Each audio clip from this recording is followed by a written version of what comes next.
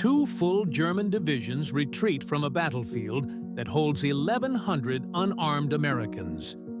They had no tanks, no artillery, just rubber, wire, and sound, and it fooled the Wehrmacht. This unit was called the 23rd Headquarters Special Troops, the U.S. Army's only dedicated deception force. Activated in January 1944, it trained in secrecy for a mission most of its own men didn't understand. Its ranks were unusual. Art students, sound engineers, and radio operators recruited straight from art schools. Future designer Bill Blass and photographer Art Kane both served inside this strange, camouflaged unit. Their weapon wasn't firepower.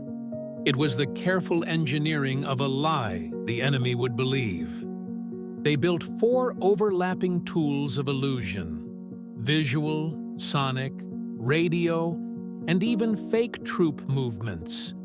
First came visual deception: inflatable rubber tanks, trucks, and artillery that looked real from a few hundred yards.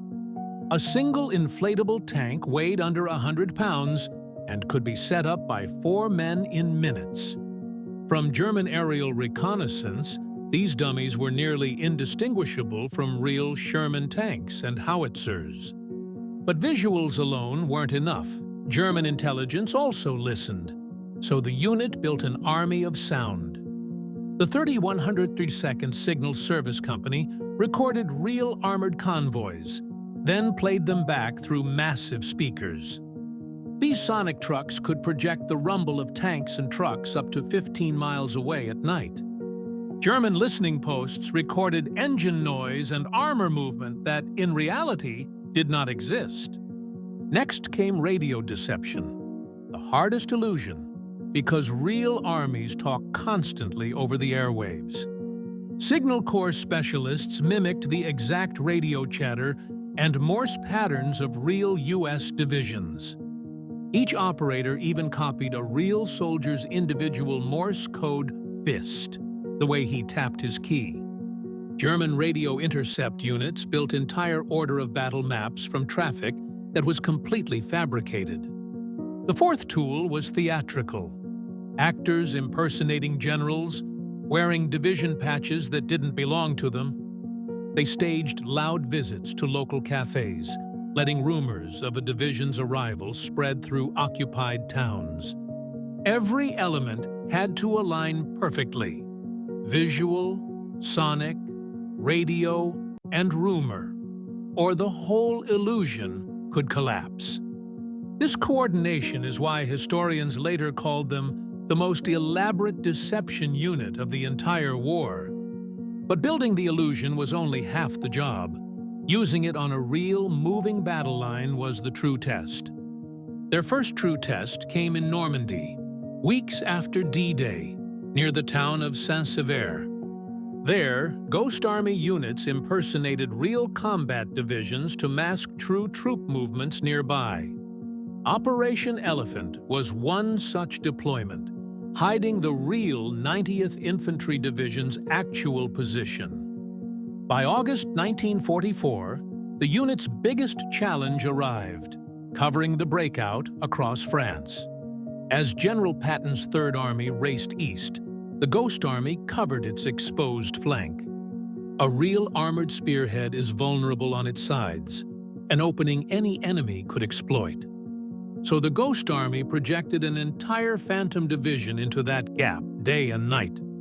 German reconnaissance planes photographed the decoys and reported real armor massing in that sector. This bought Patton's real spearhead precious days to advance without a counterattack on its side. Their most demanding operation came that September, near the Moselle River in eastern France. Codenamed Operation Bettembourg, it asked the unit to impersonate not a regiment, but 2 full divisions. That gap in the line spanned over 10 miles, left open when real units shifted south. For 9 days, roughly 1,000 men simulated the presence of nearly 7,000 troops. They ran sonic convoys, fake radio nets, and staged patrols, all pretending to be a full corps. German patrols probing that sector reported strong resistance and held back their attack entirely. The real gap stayed undiscovered until Allied reinforcements finally arrived to close it properly.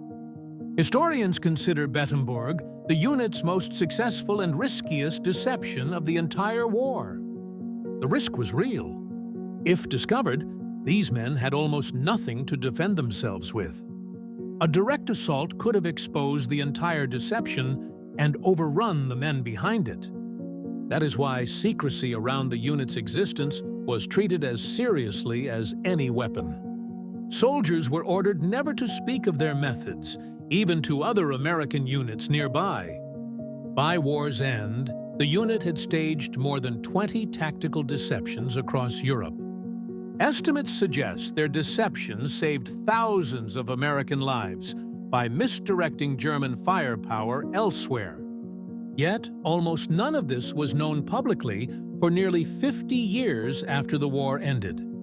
The unit's records were declassified in 1996, finally revealing the full scope of their engineered deception. The Ghost Army proves that in war, imagination and precision can be as decisive as any weapon. Subscribe for more hidden histories.